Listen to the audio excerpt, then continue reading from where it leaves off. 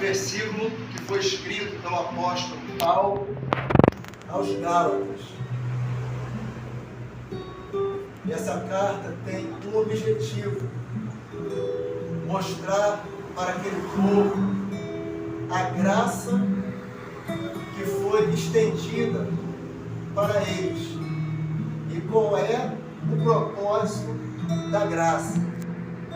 Esse povo, eles tiveram uma experiência com o Senhor e logo em seguida eles caíram da graça, dando ali ouvidos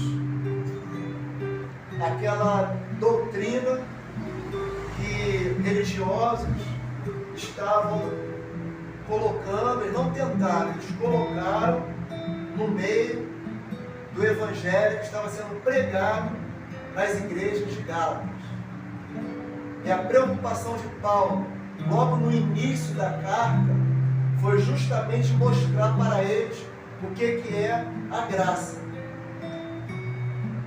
E o Espírito Santo tem essa preocupação com a igreja nos dias de hoje também. Porque muitos começaram pela graça e hoje estão perdidos na religião, com doutrinas de demônios que são trazidas dentro da igreja. Logo no início, na saudação, Paulo mostra para eles a grandeza que foi o motivo do Filho de Deus ser levado aos extremos por nossa culpa. Foi levado à cruz, o qual se deu a si mesmo. Por quê? Está escrito aqui. Ele se deu a si mesmo pelo quê? Pelos nossos pecados. Qual foi o motivo da morte de Jesus? Se ele não morresse, nós não teríamos a oportunidade que nós estamos tendo hoje, porque salvação não é obrigação. Salvação é uma oportunidade que Deus está dando para nós, para o homem pecador, de alcançar novamente aquilo que foi perdido lá no Jardim do Éden por Adão e Eva. Glória a Deus. O qual se deu a si mesmo pelos nossos pecados. Jesus morreu para nos tirar do charco de lodo, para nos livrar do pecado, porque é o pecado que afasta o homem de Deus. Se Jesus não morresse, se Jesus não viesse da glória, se não tivesse feito homem, nós hoje não estaríamos aqui. Se ao terceiro dia não tivesse ressuscitado, hoje nós não estaríamos aqui. E não existe amor maior do que esse, do Pai dar o seu próprio Filho por amor de nossas vidas. E quem somos nós para merecer esse tão grande amor que um dia nos alcançou? Nós sabemos muito bem o velho homem que existe em nós. Nós sabemos muito bem o que nós fazíamos antes de ter essa experiência com o Senhor, mas mesmo nós sendo indignos, Ele nos amou, se deu a si mesmo pelos nossos pecados, por um motivo. Que motivo é esse? Que motivo é esse? Por favor, pode ler.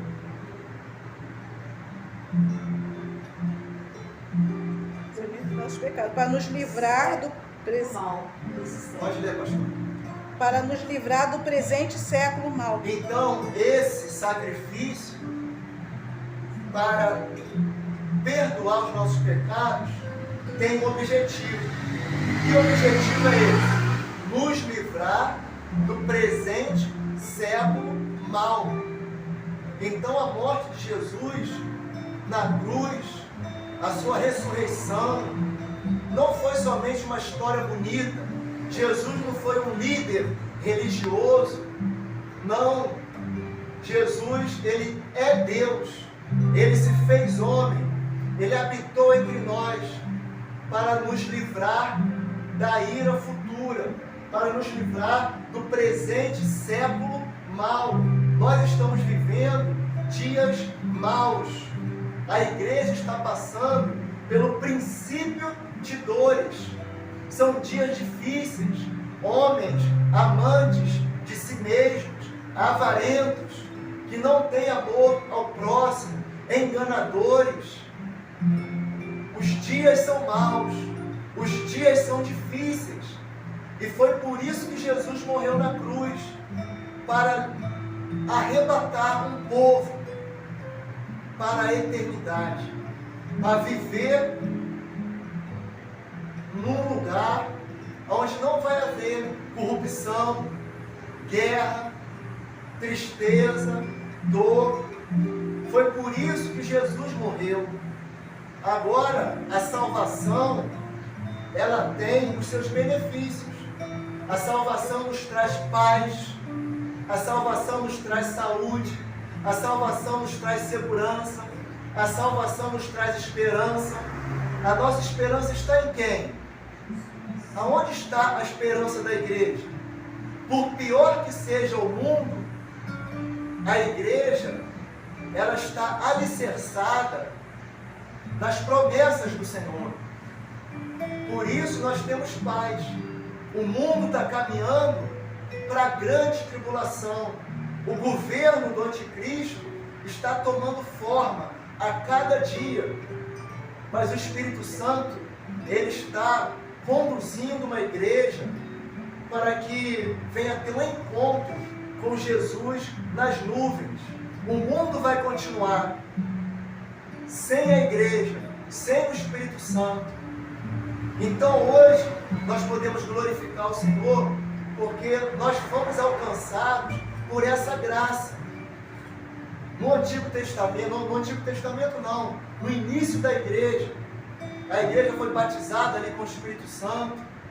E nós podemos ver ali no livro de Atos dos Apóstolos, os discípulos chegavam e depositavam tudo o que eles tinham aos pés dos apóstolos.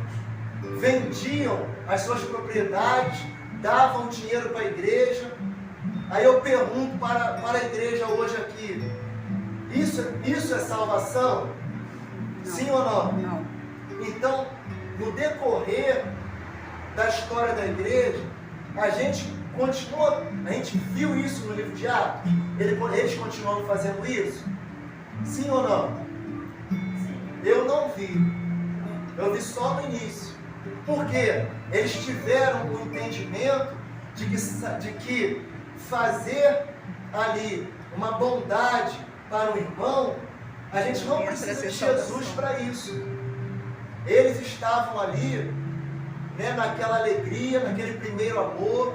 Eles tinham tudo em comum, mas o tudo em comum, essa comunhão, existe a comunhão que a gente compartilha com o necessitado aquilo que a gente tem.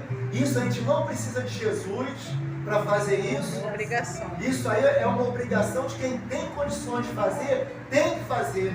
Então os discípulos ali atentaram para isso e a gente não vê mais essa ação no decorrer ali do livro de Atos. Foi só no início. Porque eles pensavam que eles fazendo isso, eles iam ser salvos. Salvos pela graça. E não. O livro de Gálatas fala o quê? No capítulo 2, pela obra. A palavra do Senhor nos ensina o quê? Que a salvação é pela fé, é pela graça, e não pelas boas obras. Então, nós precisamos entender isso. Nós já recebemos o maior milagre que um homem pode receber.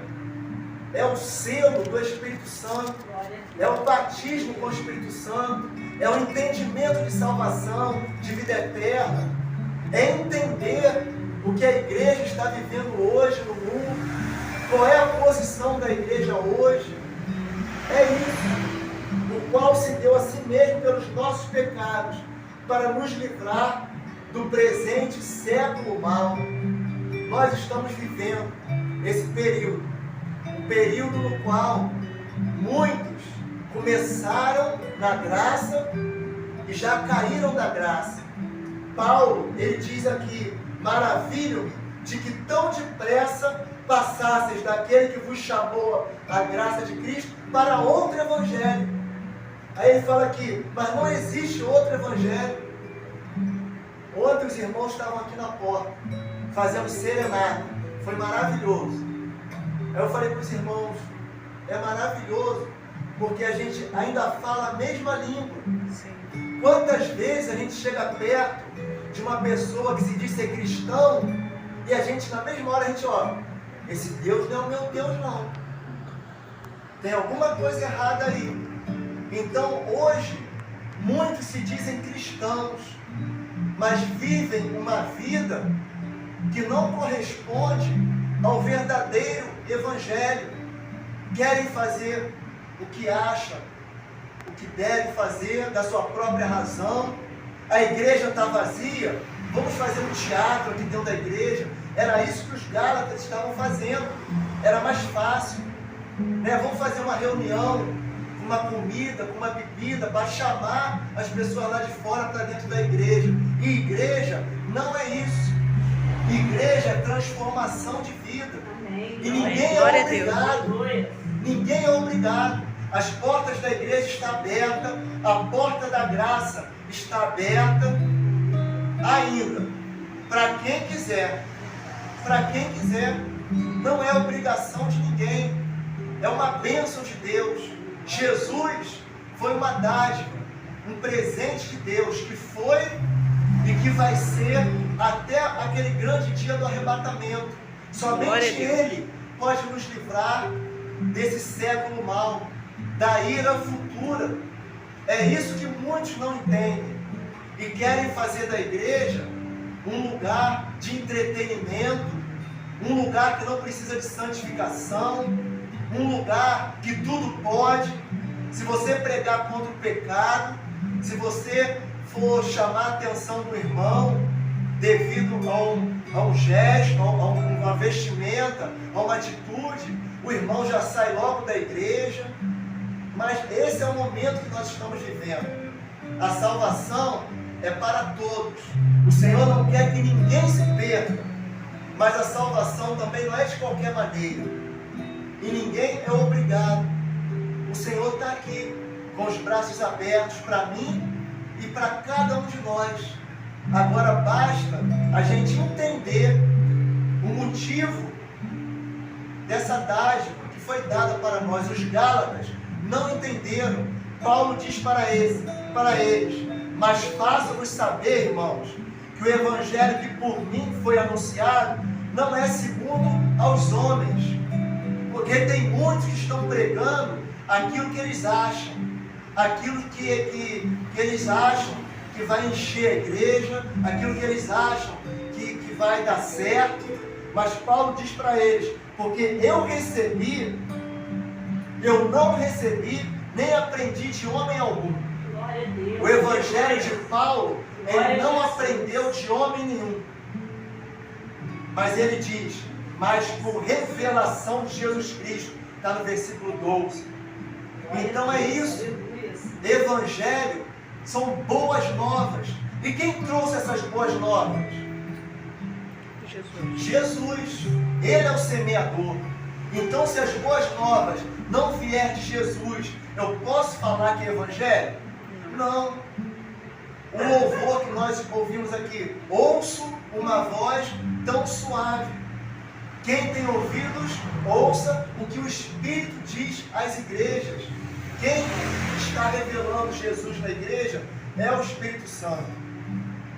Não é o pastor, porque ele fez muito curso, ele é muito estudado, ele fala vários idiomas. Isso não quer dizer nada para Deus, porque os discípulos eram cada um mais ignorante que o outro. Quem capacita é o Senhor. Se hoje nós estamos aqui, é pela misericórdia do Senhor. A capacidade vem do Senhor, o Evangelho vem do Senhor. E os Gálatas aqui, porque me maravilha, porque tão depressa vocês caíram da graça, porque tão depressa vocês escolheram outro Evangelho que não existe. Essa é a preocupação do Senhor. O projeto é esse. O projeto, ele é eterno. Jesus, ele morreu pelos nossos pecados, para nos livrar desse presente século mau. Glória a Deus. Para nós alcançarmos livramento somente em Jesus. Só Ele pode. Agora, se tem outras igrejas, outras pessoas pregando algo diferente, aí é com eles. Aí é com eles. Nós vamos continuar naquilo que o Espírito Santo um dia nos chamou, naquilo que o Espírito Santo um dia nos transformou. Nós não queremos mudar e nem inventar nada. Com a igreja cheia, com a igreja vazia, nós vamos caminhar uma eternidade com aquilo que o Espírito Santo nos ensinou e tem acrescentado nos dia a dia. Aleluia, Senhor. Nós não temos nada a reclamar, porque nós podemos sentir que o Senhor está conosco. Amém. O Senhor está preparando um povo em toda a face da terra.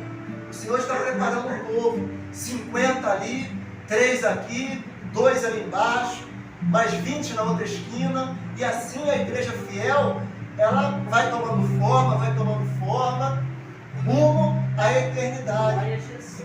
O Evangelho, ele é eterno.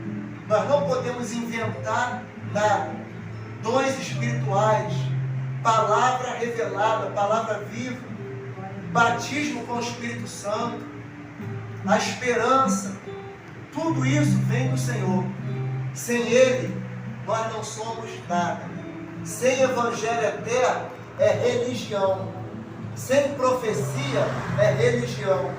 Sem mistério, é religião. E nós não queremos isso. Nós queremos continuar ouvindo a voz do Senhor, como Paulo, porque eu não recebi o Evangelho e nem aprendi de homem algum, mas pela revelação de Jesus Cristo. Louvado seja Deus, o qual se deu pelos nossos pecados, para nos livrar do século mau. Nós temos certeza que nós vamos fazer parte desse tão grande livramento que o mundo não vai ter, que é o livramento do arrebatamento. O Senhor vai nos arrebatar e vai nos livrar desse mundo. Essa esperança está viva em nossos corações. Amém? E é de graça. Não custa nada. É de graça.